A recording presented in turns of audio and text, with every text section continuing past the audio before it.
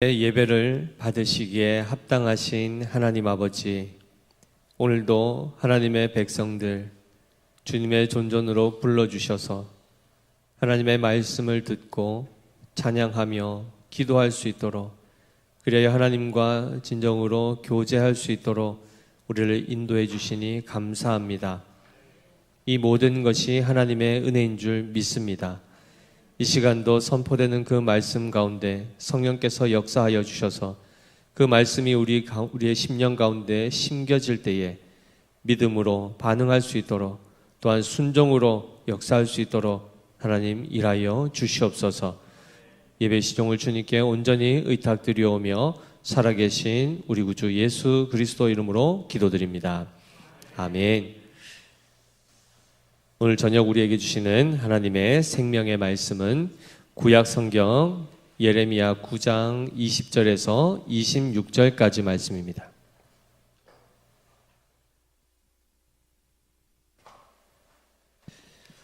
구약 성경 1066페이지 예레미야 9장 20절에서 26절까지의 말씀.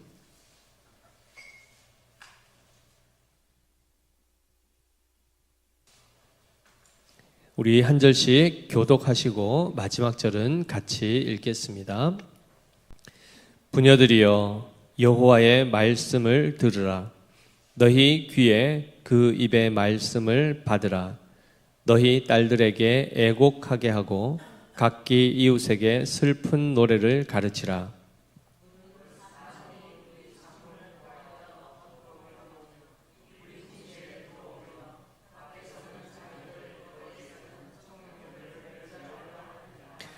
너는 이같이 말하라. 여호와의 말씀에 사람의 시체가 분토같이 들에 떨어질 것이며 추수하는 자의 뒤에 버려져 거두지 못한 곡식단같이 되리라 하셨느니라.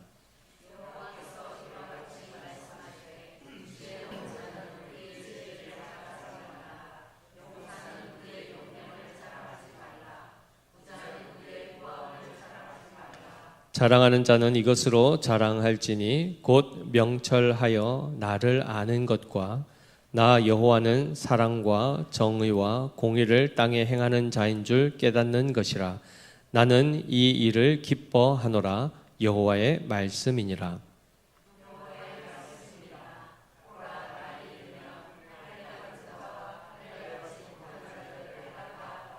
같이 읽습니다.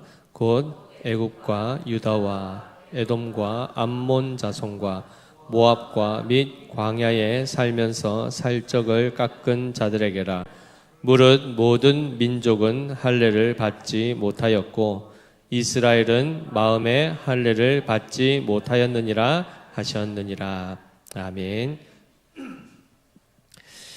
네, 오늘 이 예레미야 말씀, 특별히 이 예레미야 선지자는 구약에서도 슬픔의 선지자다라고 이렇게 별칭이 붙여져 있는데요.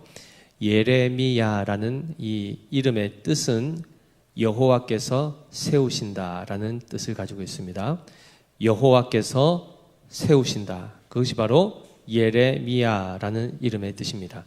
자, 그런데 이 예레미야 선지자는 굉장히 긴 기간 동안 사역을 하게 되는데요. 약 40년간 활동을 하게 됩니다. 특별히 남유다와 북이스라엘로 이렇게 분열이 되죠. 솔로몬의 그 아들 때부터 해서 분열이 되는데요.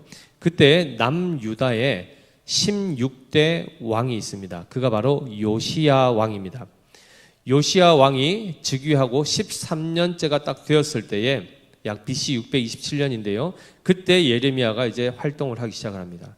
그리고 나서 남유다의 마지막 이제 시드기야 왕, 그가 이제 즉위했을 때 이제 11년째가 되었을 때니까 BC 한 587년 또는 586년입니다. 이때까지 약 40년간 활동한 선지자입니다. 굉장히 긴 기간이죠. 그런데 이 시대는 벌써 이제 북이스라엘은 아수르에 의해서 이미 멸망을 당합니다. 한마디로 북쪽이 다 사로잡혀가고 혼혈 정책을 쓰게 되고 이미 이스라엘이 아니죠. 아수르의 식민지가 되어버렸습니다. 그리고 그 북쪽의 제일 남단인 이 베델, 그리고 제일 북단인 단, 이 지역에 금송아지 세워놓고 엄청나게 오랜 기간 동안 그들이 우상 숭배를 했죠. 이미 분열 왕국이 되면서부터 멸망하기까지 그들은 이 황금 송아지 단을 없애지 않고 끊임없이 오히려 여로보암이 만들어 놓은 그 악, 그것을 그 후대 왕들이 답습해가면서 계속해서 여로보암의 길로 가는데, 지난번에 살펴본 것처럼 아합 시대가 되었을 때는 그것보다 더한 이방의 신들을 수입해오죠. 바알, 아세라, 엄청나게. 그리고 오히려 그 시돈 땅에 있는 그 왕의 그 딸과 정략 결혼까지 하지 않습니까? 그리고 산당을 세워놓고 아예 대놓고 공식적으로 우상 백화점을 만들어 버렸습니다. 결국 그 나라가 멸망을 당했죠. 이제 바로 아수르가, 그 엄청난 대제국이 남유다의 바로 국경까지 온 겁니다. 여참은 바로 밟히는 겁니다. 그런데 북이스라엘이 멸망하고 나서도 한참이 지나서, 즉 BC 722년이니까 이제 숫자가 작아질수록 우리 쪽으로 가까이 오는 겁니다. 해가 지나면 우리 원래는 지금 서기는 이렇게 2024, 2025 이렇게 늘어나죠, 그죠? 기원전 할 때는 0에서부터 거꾸로 올라가죠, 그죠? 숫자가 많을수록 예전입니다. 722년에 북이스라엘이 망하고 그 다음에 남유다가 586년에 망하게 됩니다. 벌써 100년이 넘는 기간이죠. 그 기간 동안에 남유다는 여전히 건재했습니다. 자, 그 시기 가운데에 이제 남유다에 대한 재앙, 그 멸절, 심판도 이제 임박한 이때 활동했던 선지자가 바로 예레미야입니다. 그런데 오늘 20절의 말씀을 보시면 부녀들이여라고 이렇게 부르고 있죠. 부녀들이여. 여기서 얘기하는 이 부녀들은 나쉼이라는 단어인데요. 바로 위에 17절 딱 올라가 보시면은 이 부녀들이 누군지가 나옵니다. 한번 17절 말씀 같이 읽어보겠습니다. 9장 17절입니다. 시작. 만군의 여호와께서 이와 같이 말씀하시되 너희는 잘 생각해보고 곡하는 부녀를 불러오며 또 사람을 보내 지혜로운 부녀를 불러오되라고 되어 있습니다. 자, 곡하는 부녀, 지혜로운 부녀, 그들이 무엇하는 사람인가? 18절이 나오죠. 그들로 빨리 와서 우리를 위하여 뭐하라고요? 애곡하여 우리의 눈에서 눈물이 떨어지게 하며 우리 눈꺼풀에서 물이 쏟아지게 하라. 자, 곡하는 부녀가 누구냐면 유대 전통에서는 장례가 생기면 전문적으로 울어주는 곡하는 여인들이 있었습니다. 그들을 이제 초빙해서 와서 울게 하는 것이죠. 상주와 함께 계속해서 그 슬픔에 그 눈물을 흘리게 하는 그 부녀들이었습니다. 자, 19절 보시면 이는 시온에서 통곡하는 소리가 들리기를 우리가 아주 망하였구나. 우리가 크게 부끄러움을 당하였구나.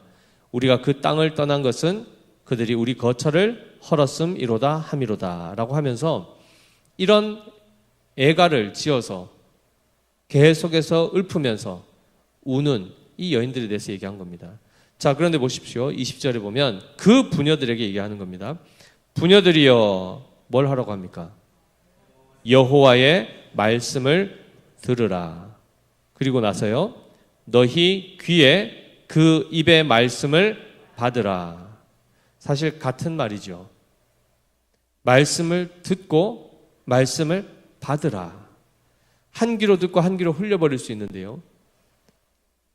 여호와의 음성이 들렸을 때 그것을 마음에 잘 받아들이고 새기라는 말씀입니다.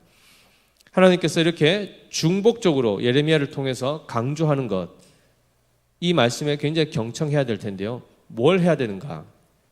너희 딸들에게 애곡하게 하고 각기 이웃에게 슬픈 노래를 가르치라 라고 합니다. 너희 딸들에게, 즉 그들의 자녀들에게. 왜 여기 지금 여인들만 나올까요? 포로로 인해서 남자들은 다 전쟁에 나가고 다 잡혀가는 겁니다. 아내들만 남은 거죠. 여인들만 남고 딸들만 남은 겁니다. 남은 다 징집되어 간 겁니다. 네. 그 상황에서 우는 것 말고는 할 게 없죠. 우는 것 말고는 할 게 없습니다. 하나님 앞에 우는 거죠. 그리고 애가를 지어서 그들에게 가르쳐 주라는 겁니다. 그것을 계속 배워서 하도록. 자, 그런데 보시면 그 내용이 21절에 나와 있습니다. 같이 읽어보겠습니다. 시작. 무릇 사망이 우리 창문을 통하여 넘어 들어오며 우리 궁실에 들어오며 밖에서는 자녀들을 거리에서는 청년들을 멸절하려 하느니라 라고 되어 있습니다. 적군들이 지금 쳐들어왔는데 전쟁이 났죠. 사망이 우리의 창문을 넘어서 들어온다. 한마디로 가정들을 침입하는 거죠. 집들이고 뭐고 막 그냥 다 쳐들어 들어오는 겁니다. 그리고 궁실에도 들어온답니다. 왕궁도 이미 안전하지가 않는 것입니다. 길거리는 어떻게 됩니까? 자녀들이, 거리에서는 청년들이 멸절당하는 상황이 지금 되고 있습니다. 이 장면을 보시면 사실 이게 지금 피부로 안 와닿으실 겁니다. 아마 6.25나 이렇게 전쟁 세대를 겪으신 분들은 그래도 조금 체감이 되실 수도 있습니다. 이 전쟁의 무서움을. 지금은 약 한 70년 넘게 평화기가 오니까 우리는 그냥 이렇게 전쟁에 대해서 그냥 남의 이야기처럼 들리죠. 러시아 우크라이나 전쟁도 그냥 먼 이야기입니다. 근데 만약에 우리나라에 이제 다시금 전쟁이 발발한다. 심각해지겠죠. 그런데 잘 보십시오.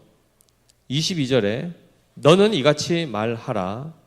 여호와의 말씀에 사람의 시체가 분토같이 들에 떨어질 것이며 거의 가루가 된다는 거죠.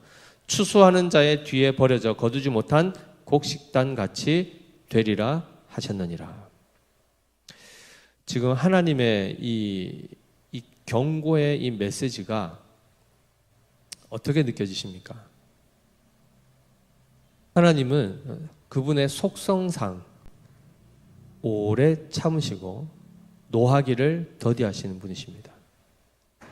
굉장히 오랜 기간 동안 기다리시며 인내하시는 분이신데 그분이 이 엄중한, 이 엄청난 징계를 선언하셨다라는 것은 이 남유다 사람들의 이 상태가 얼마나 심각한지를 우리에게는 알려주고 있습니다.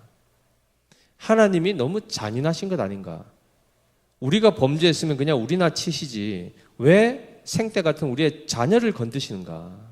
아무리 하나님이어도 내 자녀 건드는 것은 나는 못 참는다. 이제 보통 우리의 이제 입장들이죠. 하나님이 우리 자녀 건드, 누가 내 새끼 건드면 눈이 도는 겁니다. 하나님이고 뭐가 없습니다. 사실 그것은 굉장히 잘못된 사실 신앙의 자세죠. 하나님보다 더 가치 있는 분은 없고 하나님보다 더 소중한 분은 없습니다. 아무리 그것이 자녀일지라도 그 자녀 또한 하나님의 것입니다. 피조물입니다. 우리가 그를 하나님의 마음으로 그리고 하나님께서 우리에게 맡겨주신 하나님의 자녀들임을 기억하고 주의 교훈과 훈계로 아비의 마음, 어미의 마음으로 그들을 사랑하고 섬기고 돌보는 차원에서 하나님의 것이기 때문에 소중히 여겨야 되는 것이지 내 것이라 생각하여 하나님이 내 것을 건든다 생각해서 하나님을 대적하는 일이 있으면 되겠습니까? 안 되겠죠.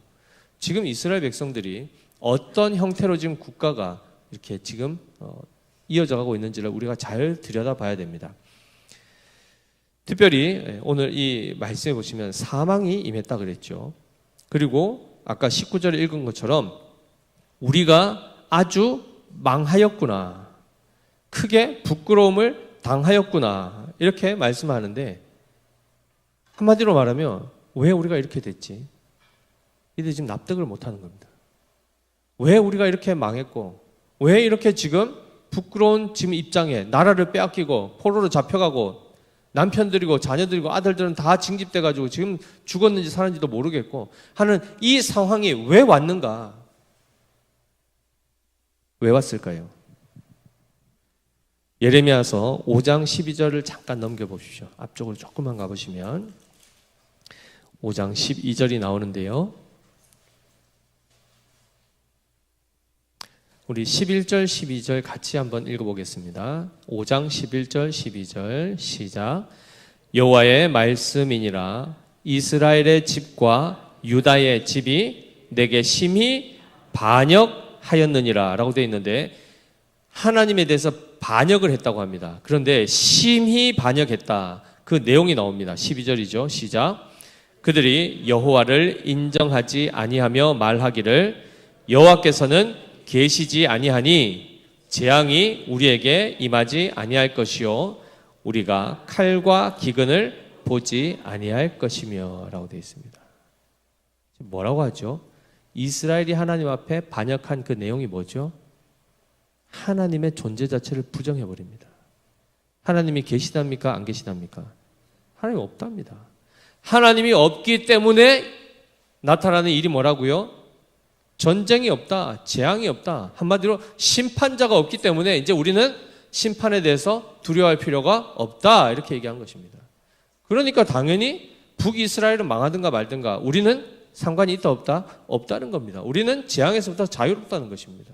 우리나라는 멸망하지 않는다. 왜냐하면 심판, 이 전쟁은 여호와께 속했다고 들었는데 하나님이 이제 없으니까, 우리가 하나님을 없앴으니까 우리에게는 이제 더 이상 하나님의 존재가 우리 가운데 역사하든지 뭐 개입하든지 간섭하든지 그럴 일 없다. 이제 우리 이제 진정한 자유와 평안을 누리고 있다, 이렇게 얘기한 겁니다. 놀라운 것은 이런 얘기들을 누가 했는가? 13절에 나오는데요. 5장 13절에 선지자들은 바람이라 말씀이 그들의 속에 있지 아니한즉 그같이 그들이 당하리라 하느니라. 생각해 보십시오. 축구 경기를 하면 상대방의 선수가 이렇게 날라차게 해서 이렇게 여기 허벅지 이런 데 발로 차면 됩니까? 안 됩니까?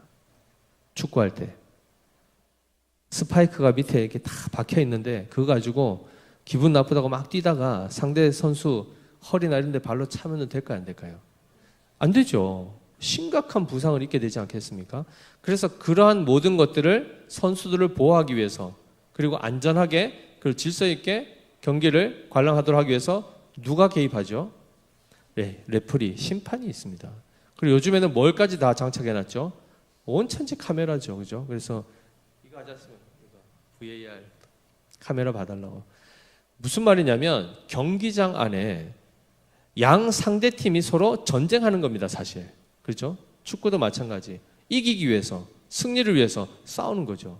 그런데 안전하게 하기 위해서 심판을 두었는데 한쪽에서 우리는 무조건 이겨야 된다. 근데 반칙을 하지 않고서는 저 팀을 이길 수 없다. 그러니까 우리는 반칙하고서라도 이기자.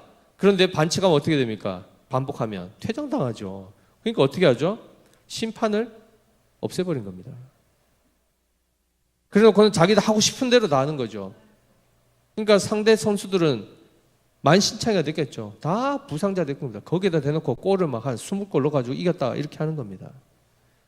그리고 우승 트로피 들고. 심판자를 경기장에서 쫓아내면 자기들이 더 자유롭고 평안하겠죠. 간섭하는 사람이 없으니까. 자기 하고 싶은 대로 하니까. 근데 그게서 얘기하는 자기가 하고 싶은 대로가 뭐죠? 그 실체가 악이라는 것입니다.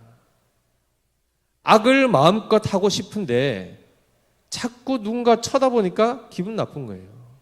그 시선이 부담스러운 겁니다. 그러니까 어떻게 하죠?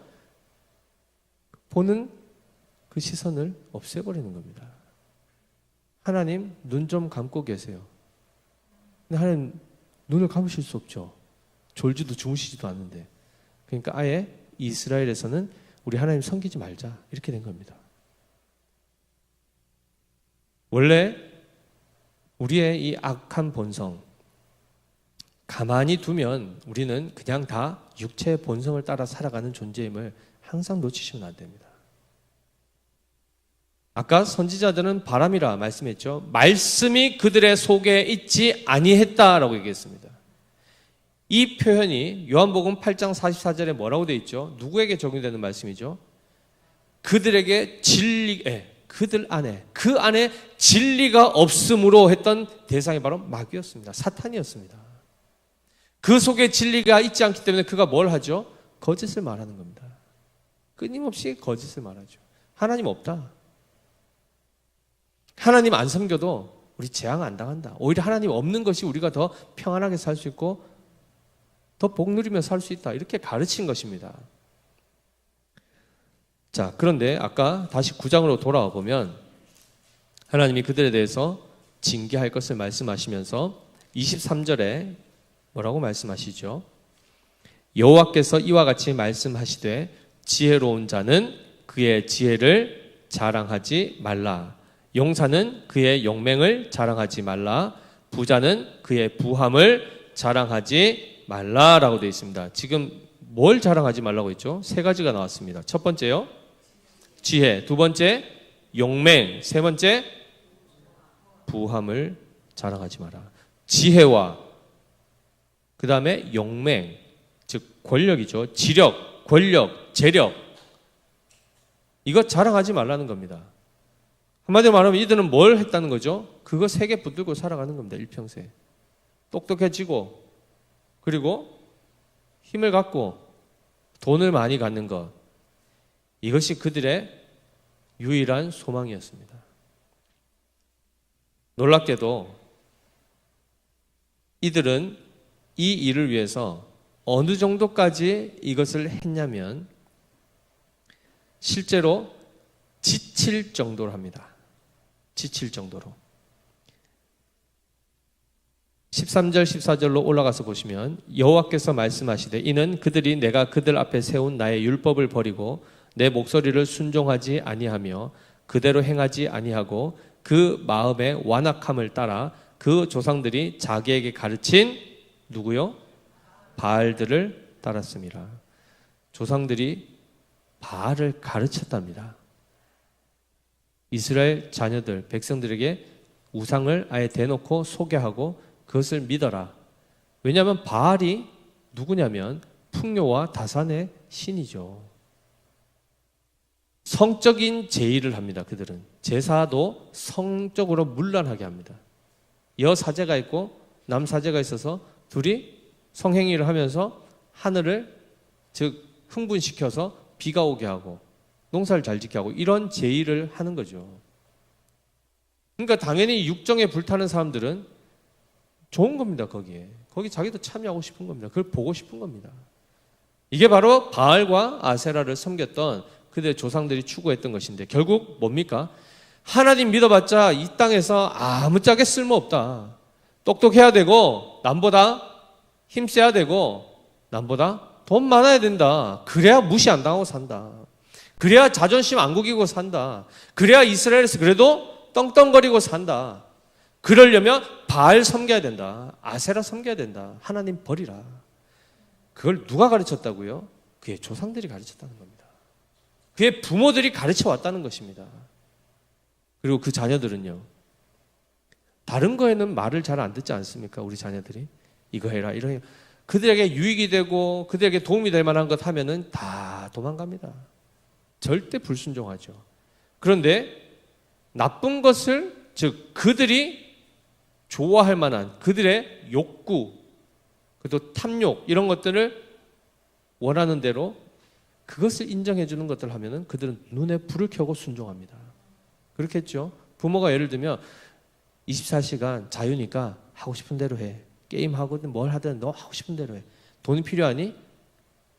매월 100만 원씩 용돈 줄 테니까 네 사 먹고 싶은 거 사 먹고 네 하고 싶은 대로 해라. 자녀들이 부모 말 순종할까요, 안 할까요? 하죠, 그대로. 그렇지 않겠습니까? 24시간 동안 자기 하고 싶은 대로 학교도 안 가고 게임하고 필요한 돈 통장에 100만 원씩 꽂히면은 하겠죠. 그걸 또 부모가 지지해주고 지원해주고 그리고 그렇게 사는 게 너의 자아를 실현하고 네가 행복하게 사는 게 아니라 너 하고 싶은 대로 해. 그렇게 부모가 가르친 겁니다. 자, 그러자 지금 어떻게 됐죠? 길거리에서 청년들이 멸절을 당하는 일들을 경험하게 됩니다. 너무 가슴 아픈 얘기인데요. 이들은 사실은 지칠 정도로 부와 지혜와 명예와 권력을 쫓아갔습니다. 힘에 겹도록 이 일들을 행하고 분주하게 살았던 거죠. 그리고 실제로 이 사람들은 이것이 이제 많아진 겁니다. 풍족해진 겁니다. 돈도 많고 이제 권력도 생기고 똑똑해지고, 그러니까 더 하나님이 이제 필요 없는 겁니다. 심각하죠. 이 모습이 결국은 말세의 현상과 일치합니다. 유다 백성들의 생각은 뭐 그들이 어떻게 생각하든 간에 결국 급작스러운 사망이라는 이 엄청난 전쟁을 통해서 닥치게 되는 이 재앙이 옵니까 안 옵니까? 왔습니까 안 왔습니까? 자기들은 뭐라 그랬죠? 이제 여호와께서 계시지 않기 때문에 재앙이 임하지 않는다. 그들이 아무리 그렇게 가르치고 그러면서 그 기간 동안에 얼마나 평안하게 살았겠습니까?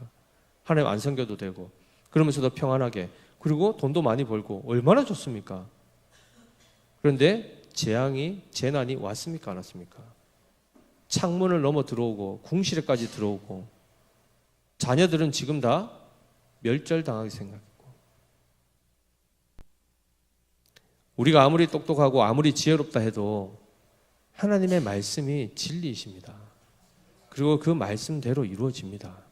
우리가 아무리 아니라고 우기고 아무리 거부하고 인정하지 않는다 해도 하나님은 여전히 하나님이시고, 하나님은 반드시 심판하시겠다 하시면 심판하시고, 반드시 구원하신다면 구원하시는 분이십니다.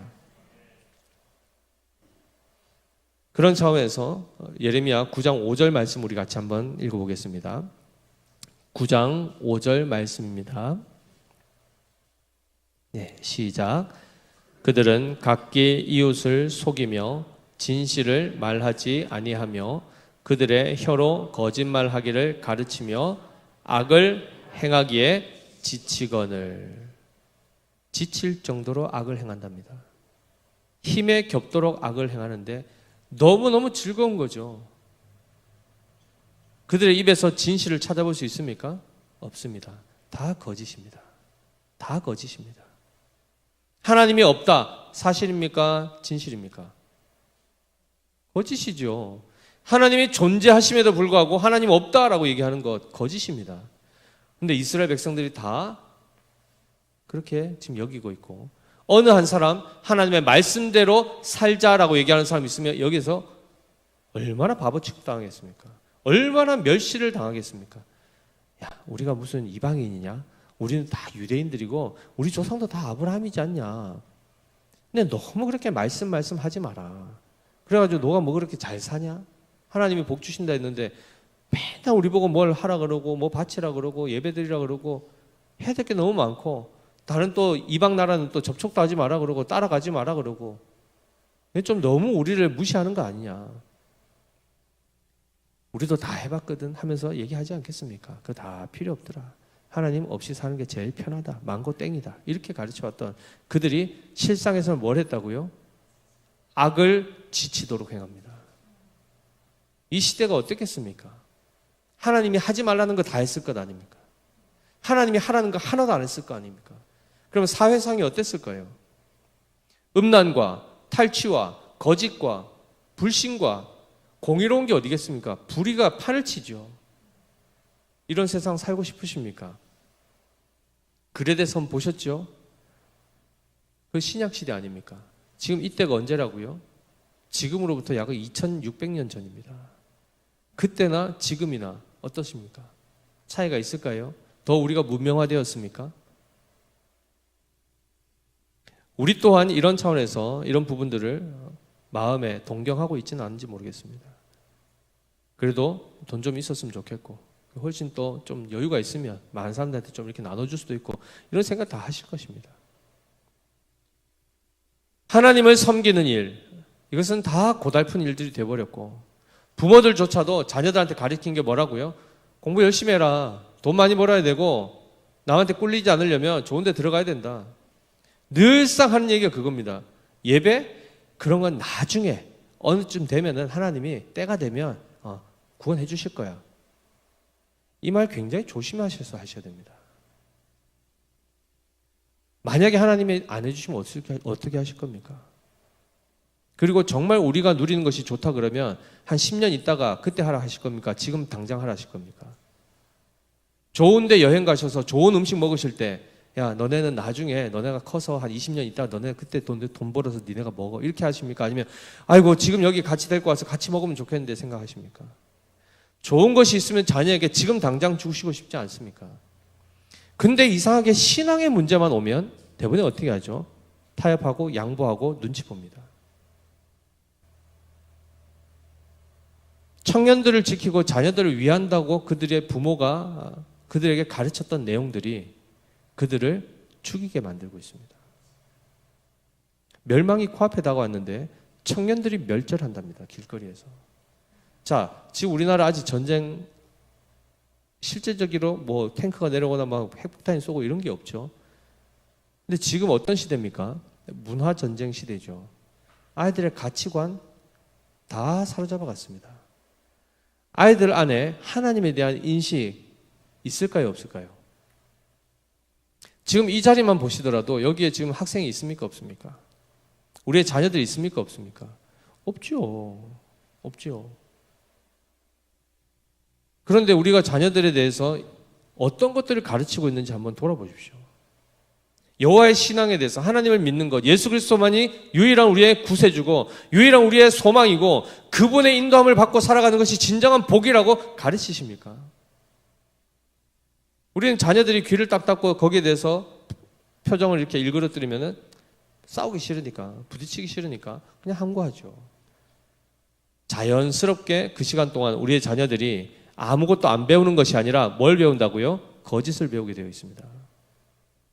하나님으로부터 멀어지게 되어 있습니다. 점점 멀어집니다. 자연스럽게 언젠가는 우리는 알아서 언젠가는 뭐 하죠? 악을 지치도록 합니다. 악을 행하는 일에는 우리가 누구보다도 얍삭 빠르고 누구보다도 발 빠릅니다. 오늘이 무슨 날인지 아십니까? 오늘이 무슨 날인지 혹시 아시는 분? 네, 그러니까 그건 요일 말고 오늘 무슨 날 있지 않습니까? 뭐 광복절도 있고 한글날도 있고 있는데 오늘이 무슨 날인지 아십니까? 수능 하루 전날입니다. 수능 하루 전날. 내일이 그럼 뭘까요? 수능이죠. 그걸 아십니까? 우리의 자녀들이 그렇게 방탕하다가도 그냥 늘어지다가도 고3이 딱 되고 고3이 되다가도 막 이렇게 그냥 이렇게 살다가 수능이 일주일이나 10일 정도 안으로 딱 들어오지 않습니까? 수능 D-10, D-9, 8, 7, 6 이렇게 딱 다가오면 아이들이 어떻게 하는지 아십니까? 요즘에는 당일날 아침 8시 반부터 저녁 오후 5시 반까지 시험을 쳐야 됩니다. 하루 종일. 중간에 점심 먹고 하는 그 시간도 빼고 해서 하여튼 풀로 시험을 쳐야 되는데 컨디션이 좋아야 그나마 실력 발휘를 잘하지 않겠습니까? 그래서 일주일 전부터 식단 관리합니다. 당일날 점심에 딱 먹는 그 도시락을 미리 세팅을 해놓고 일주일 전부터 점심마다 그걸 먹습니다.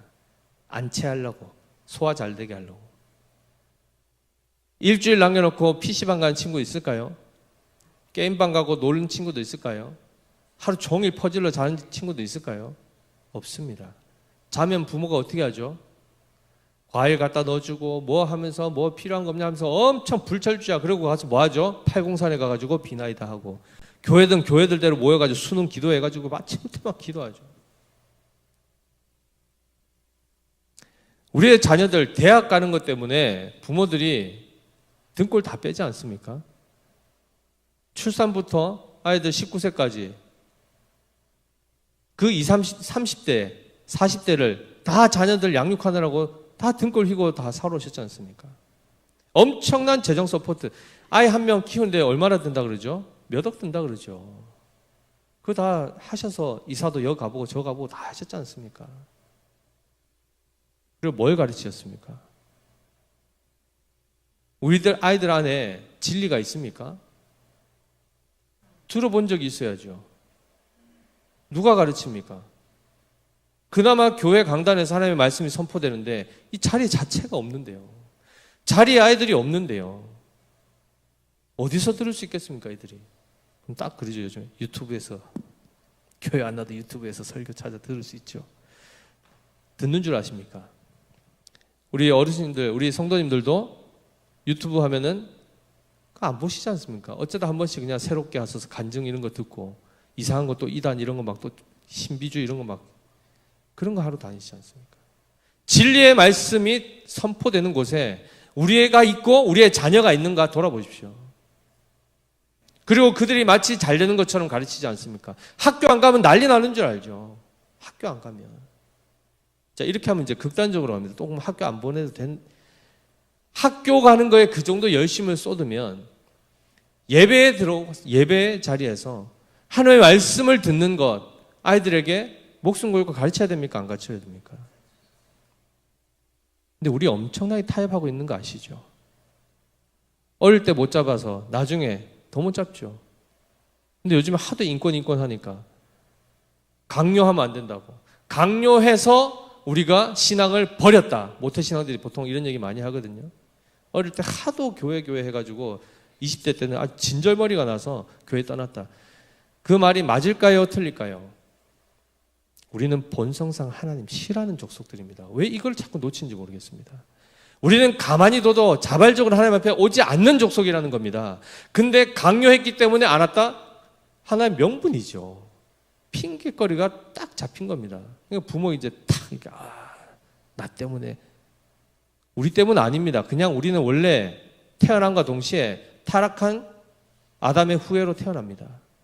자발적으로 할렐루야 하고 태어난 아들이 없고, 엄마 모유 쭈쭈병 빨 때 기도하면서 날마다 하고 쭈쭈병 빠는 애들이 없습니다. 그리고 그들이 늘 부모 밑에서 뭘 배우죠? 세상의 것, 하나님이 아닌 것들, 여기에 젖어 살게 만듭니다. 김정은이 핵 안 쏴도 사단이 얼마나 간교한데요. 우리의 육체를 안 죽여도 아이들의 생각 속에서 하나님만 싹 빼버리면 그냥 게임 끝나는 겁니다. 다 지옥 자식 만들 수 있는 겁니다. 따라서 사람들이 자랑하는 거, 지혜, 용맹, 부함 이런 거 있으면 이거 자랑하기 급급하죠, 그죠? 누가 이거 좀 안 알아볼까봐 막 얼마나 과시합니까? 그걸 얻기 위해서 얼마나 많이 투자합니까? 한 가지 질문 드리겠습니다. 만약에 오늘부터 해서 성경 한 장 읽으실 때마다, 제가 만약에 성도님들한테 한 장 읽을 때마다 1,000원씩 드린다고 생각해 보십시오. 1,000원씩. 한 장 딱 읽고 목사님 읽었습니다 딱 하면 제가 바로 1,000원 딱 쏴드리고, 2장 읽었습니다 착착착 해가지고, 만약에 포인트나 만약에 금품을 제공한다 생각해 보십시오. 하루에 몇 장 읽고 싶으십니까? 잠도 안 자고 읽는다. 네. 그런데 하루에 딱 한 장만 읽을 수밖에 없다 그러면 내일이 기다리시죠. 11시 59분에 읽고 딱 하고 바로 12시 넘어가서 00시 1분에 이거 바로 막 1,000원 막 탁탁 들어오는 거 꿈꾸시죠. 성경 전체가 몇 장으로 되어 있는 줄 아십니까? 1189장입니다. 창세기부터 계시록까지 1189장. 곱하기 1,000원 해보십시오. 성경 1독하면 얼마 되죠? 11만 8,900원. 맞습니까? 와, 공 하나 더 붙네요. 야, 이거 한 분 통독하면 나가는 게 엄청나겠는데, 그죠? 벌써 미소가 생기시죠, 그죠? 1독이 이렇게 재밌는 거였구나. 2독 하면 안 됩니까? 나오지 않겠습니까? 이때에 지금 이 질문을 하고 이 생각을 하면서 우리의 마음에 지금 떠올랐던 그런 모든 것들을 그대로 다시 자기 자신을 보십시오. 성경을 왜 읽는다고요? 118만 9천 원 받기 위해서. 거기에는 열심을 내고 읽을 겁니다. 우리 아이들 글자 못 읽는 애들, 너도 읽어. 그냥 막 옆에서 엄마가 그냥 다른 이거 듣기만 넘겨, 빨리 넘겨. 이렇게 하면서 너도 계좌 빨리 만들어가지고 목사님한테 돈 받자. 안 하겠습니까? 하나님이 돈이 없으셔서 이 방법을 안 쓰실까요? 우리 백독 천독하게 만들 수 있습니다, 하나님은. 근데 놀랍게도 뭐죠? 하나님 그 방법 안 쓰십니다. 진정으로 우리가 무엇을 섬기는지 우리를 하여금 그 민낯을 알게 하시죠. 우리는 돈 주면 꺾어갑니다. 돈 주면 다리 밑으로 기어가라 해도 좀 기어가죠. 한번 그냥 눈 딱 감고 기어가면 뭐 얼마가 떨어지는데. 우리가 다 돈을 섬기고 있다는 것 우리 부인할 수가 없습니다. 그리고 어떻게 하면 돈을 더 잘 벌까? 그러니까 좋은 데 가야 돼요. 돈 많이 주는 데 가야 됩니다. 그러려니까 공부 열심히 해야 되는 겁니다. 이 로직이 다 그렇게 해서 이 논리가 다 그렇게 딱딱딱딱 맞아 들어가지 않습니까? 궁극적으로 뭐라고요? 돈입니다. 예배 왜 드릴까요? 섬기는 거 왜 해야 될까요? 많은 경우에 하나님을 바알처럼 섬기는 분들 많습니다. 예배 잘 드리고 기도 많이 하면 복 주시니까. 그 복이 결국은 돈이라는 것. 우리 자식들도 돈 많았으면 좋겠지 않습니까? 신앙이 좋기를 바라십니까? 돈 많으시기 바라십니까? 예전에 어떤 교회 장로님, 정말 그 교회 실명 언급하지 않겠지만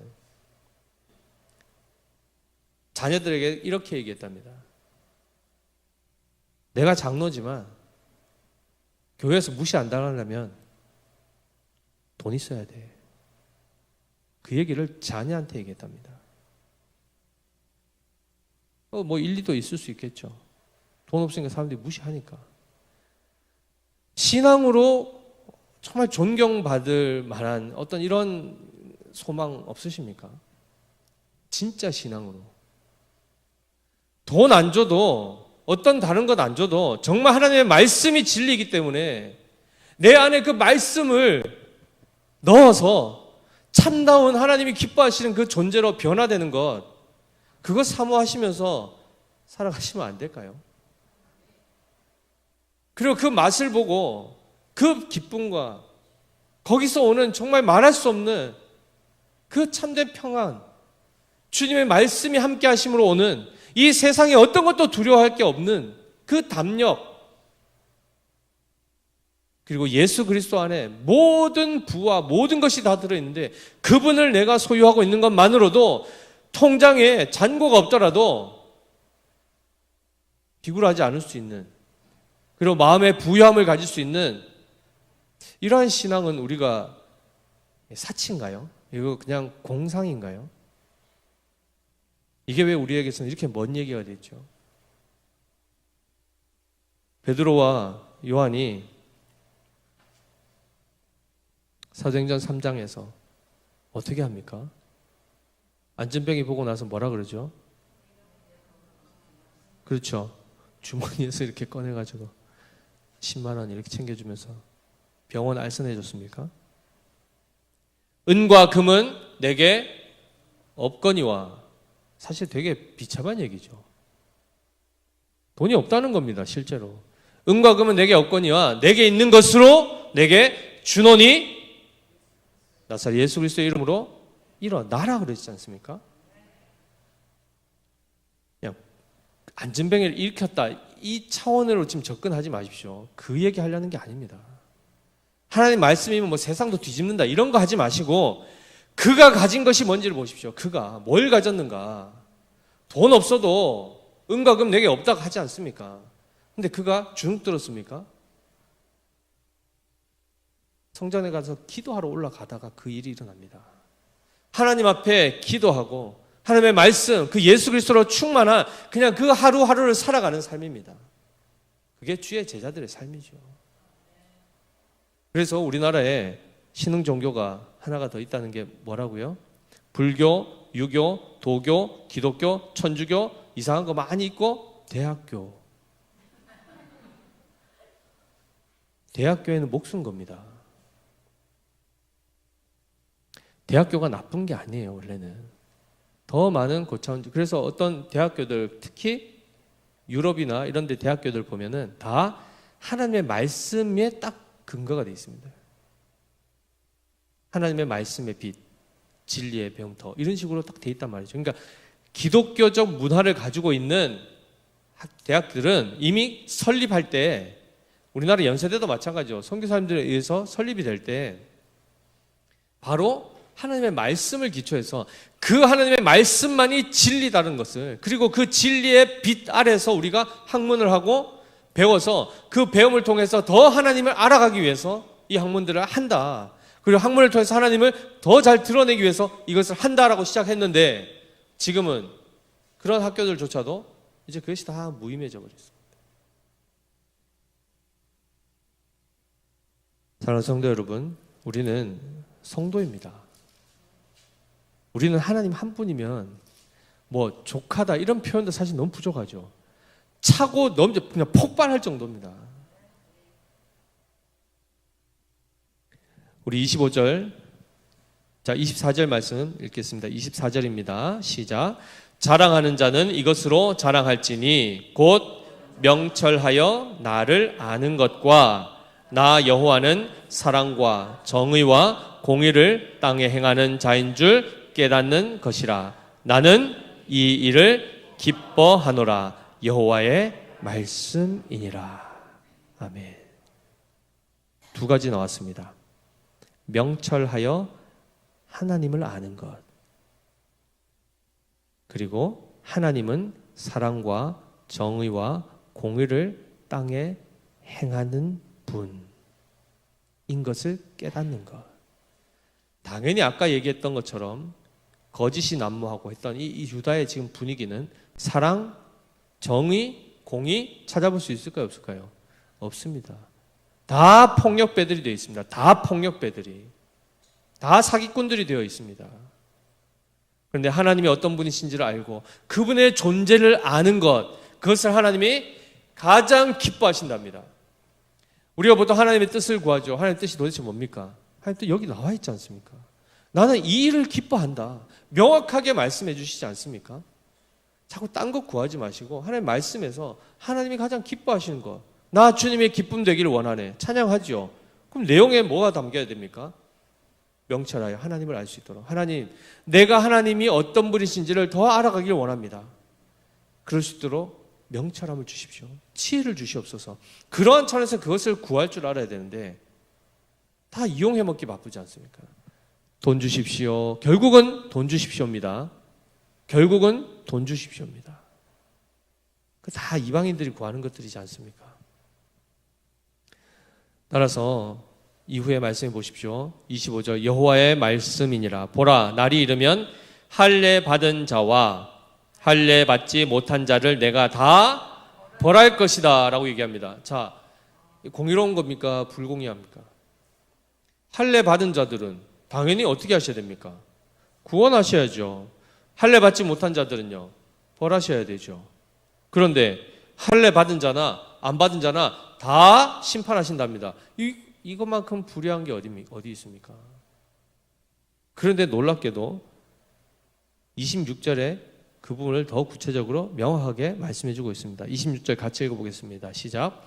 곧 애굽과 유다와 에돔과 암몬 자손과 모압과 및 광야에 살면서 살적을 깎은 자들에게라. 무릇 모든 민족은 할례를 받지 못하였고 이스라엘은 어디에 할례를 받지 못했다고요? 따라서 육적 이스라엘은 할례 받았습니다. 그리고 이방인들은 할례를 받지 못했습니다. 할례를 받았다 못 받았다 이것은 곧 그들이 하나님을 아느냐 모르느냐 이 문제인데요. 이스라엘 백성, 유다 백성들은 할례는 받았는데 실제로 하나님을 압니까 모릅니까? 모른다는 겁니다. 그렇기 때문에 그들은 다 망하게 된다는 것입니다. 따라서 뒤집어 얘기하면 우리가 심판에 이르지 않을 수 있는 유일한 길이 뭡니까? 마음의 할례를 받는 것입니다. 그것이 구약에서는 이렇게 표현했지만 신약에서는 그것이 어떻게 되죠? 우리의 마음 가운데 성령으로 세례를 받는 것입니다. 성령으로 말미암아 우리의 영혼이 거듭나는 것입니다. 그러면 우리 주변을 둘러보십시오. 우리의 자녀들을 보십시오. 그들이 말씀에서부터 멀어져 가고 있고 원래 먼 자들입니다. 말씀에 가까이 나오지 않으려고 할 때 원인이 뭘까요? 마음의 할례를 못 받은 겁니다. 아예 할례 자체, 즉 교회당이라는 이 교회 문화에 아예 접근하지도 못하는 친구들도 있겠죠. 불신 가정도 있을 것입니다. 그러나 신자의 가정임에도 불구하고 자녀들이 하나님을 멀리하고 싫어한다? 그건 하나밖에 없습니다. 원인이. 성령으로 세례를 받지 못했거나 받았음에도 불구하고 지금은 성령으로 충만하지 못한 상황이겠죠. 사랑하는 성도 여러분, 아이들이 지금 멀쩡하게 잘 지내고 있는 것 같고 잘 자라는 것처럼 보이지만은 그렇지 않습니다. 그들 안에 진리가 없으면 그냥 끝나는 겁니다. 그들이 힘을 가지면 진리가 없는데 그거 가지고 뭘 하겠습니까? 악을 행하는데 지칠 정도로 행하는 것 말고는 뭘 하겠습니까? 우리가 정말 우리의 자녀들을 사랑한다 그러면 열심히 공부해야죠. 목적이 선해야 됩니다. 하나님의 영광을 드러내기 위해서. 먹든지 마시든지 무엇을 하든지 하나님을 영화롭게 하는 일들. 그것을 위해서 우리의 자녀들이 정말 복된 인생으로 살아가도록 우리가 가르쳐야 되는데, 우리가 하나님을 전하지 않으면 그들은 들을 길이 없습니다. 일단 그러면 이들이 학교에 가든 어디 가든 선배를 만나든 직장 가든 나중에 사회에 나가면 다 무슨 얘기 듣겠습니까? 하나님 아닌 것을 듣게 됩니다. 따라서 우리는 지금 할 수 있는 게 뭘까요? 하나님 앞에 은혜를 구하는 것입니다. 우리의 자녀들의 마음을 하나님 고쳐주십시오. 마음에 할례를 받게 하여 주시옵소서. 성령께서 우리의 자녀들의 마음과 생각과 모든 것들을 회복시켜 주셔서 새롭게 하여 주셔서 이들이 하나님이 누구신지를 알고 정말 하나님을 섬기는 것이 얼마나 정말 중요한 것인지를 철저히 깨달을 수 있도록, 그리하여 부모가 등 떠밀지 않아도 스스로 정말 자원하여 나는 하나님 섬기겠습니다 할 수 있는 그 자리에 올 수 있도록 하나님 은혜 주십시오. 하나님 불쌍히 여겨 주시옵소서. 수능 시험에 합격하고 고득점 받기 위해서 아침부터 저녁까지 그렇게 무릎 꿇고 기도하면서 저 멀리 산에까지 올라가가지고 그 행렬 어마어마하지 않습니까? 그 일을 위해서는 우리가 시간 다 빼고 가지 않습니까? 직장 하루 1차 내고 다 빠지지 않습니까? 그러나 그의 영혼을 살리는 일을 위해서는 정말 우리 얼마나 기도하고 있을까요? 지금 저는 제가 그렇게 잘 하고 있으니까 해서 얘기하는 게 아닙니다. 저도 이 부분 때문에 굉장히 괴롭습니다. 더 괴롭겠죠. 왜요? 저의 자녀나 우리 성도님들의 자녀나 다 같이 타락한 백성들이기 때문에 그들을 목사의 자녀라고 해서 태어나면서부터 할렐루야 안 한다니까요. 이들도 끊임없이 신앙으로 가르쳐야 되는데, 아까도 말씀드린 것처럼 아이들의 핑계가 더 많을 수 있죠. 어릴 때부터 부모 따라서 가기 싫은데 갔던 그런 경험도 있을 것이고, 그러다 보니까 더 그것이 하나의 빌미가 되고 명분이 되고 핑계가 되어서 오히려 더 어렵단 말이죠. 그래서 목회자 자녀나 선교사님 자녀들 중에 극단이 나오는 겁니다. 완전히 안티로 빠지든지 아니면 정말 아버지와 부모님 따라서 신앙을 더 이렇게 세워가든지 극단으로 나가는 겁니다. 저라고 안심하고 있을 상황이 아니죠. 저도 새벽마다 그래서 아이들 이름 불러가면서 우리 자녀들, 믿음의 교회 자녀들 다 이름 불러가면서 기도하는 겁니다. 같이 기도하셔야 되지 않겠습니까? 뭐 남의 자녀입니까? 다 우리 자녀들 아닙니까? 우리가 먼저 바르게 서야 될 줄 믿습니다. 우리 안에 진리가 있어야 됩니다. 하나님의 말씀 한 장 읽을 때마다 1,000원씩 꽂힌다 하면은 진짜 이거 한번 해봤으면 좋겠습니다. 저는 실험을. 진짜 몇 독 하실 것 같아요. 몇 독 하실 것 같아요. 예전에 아는 지인이 그걸 하셨습니다. 교회에서는 안 하시고 가정에서. 며느리가 200만 원 받아갔답니다. 200만 원. 성경을 아예 읽지도 않는 탁 상금 거니까 몇 시간 읽어야 된다면 몇 시간. 돈 섬기는 겁니다. 주의하셔야 됩니다. 따라서 우리가 정말 마음의 할례를 받게 되면 하나님의 말씀을 사랑하게 됩니다. 그리고 우리 안에 거짓이 가득 차 있기 때문에 어떻게든 그것이 벗어지게 되려면 진리가 들어와야 되죠. 진리이신 말씀을 우리에게 하나님이 값없이 주셨습니다. 학원 보낼 때 수십만 원씩 수백만 원씩 들지 않습니까? 교회에 나와서 하나님 말씀 배우러 하는데 돈 받습니까? 돈 안 받습니다. 공짜니까 값이 없어 보입니까? 예수님을 살 수 있는 줄 아십니까? 돈으로? 은혜로 주셨습니다. 은혜를 진정으로 은혜로 여길 줄 아셔야 됩니다. 이 안목을 가지고 우리의 자녀들을 위해서 정말 깨어가며 그들 영혼이 깨어나기를 위해서 합심해서 기도해야 될 줄 믿습니다.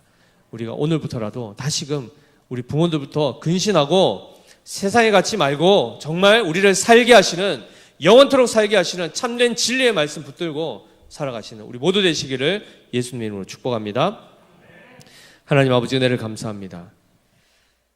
겉으로 할례를 받았거나 할례를 받지 못하였거나 모두가 다 하나님을 멀리하고 하나님을 없다 하며 그들 안에 진리는 다 내팽개쳐버린 채 마음속에 거짓으로 가득 채워서 날마다 거짓말하기를 가르치며 악을 행하기에 지칠 정도로 악을 쏟아내는 삶을 살아가면서 스스로 멸망에서 자유로운 줄 착각하고 여전히 지혜와 용맹과 그리고 부함을 쫓아 하염없이 살아가는 어리석은 우리들의 인생 가운데 하나님께서 오늘도 여호와의 말씀이니라 여호와의 말씀이니라 나는 이것을 기뻐하노라 나는 이 일을 기뻐한다 말씀하시며 하나님을 알기를 하나님을 깨닫기를 원하신다 가르쳐 주셨습니다.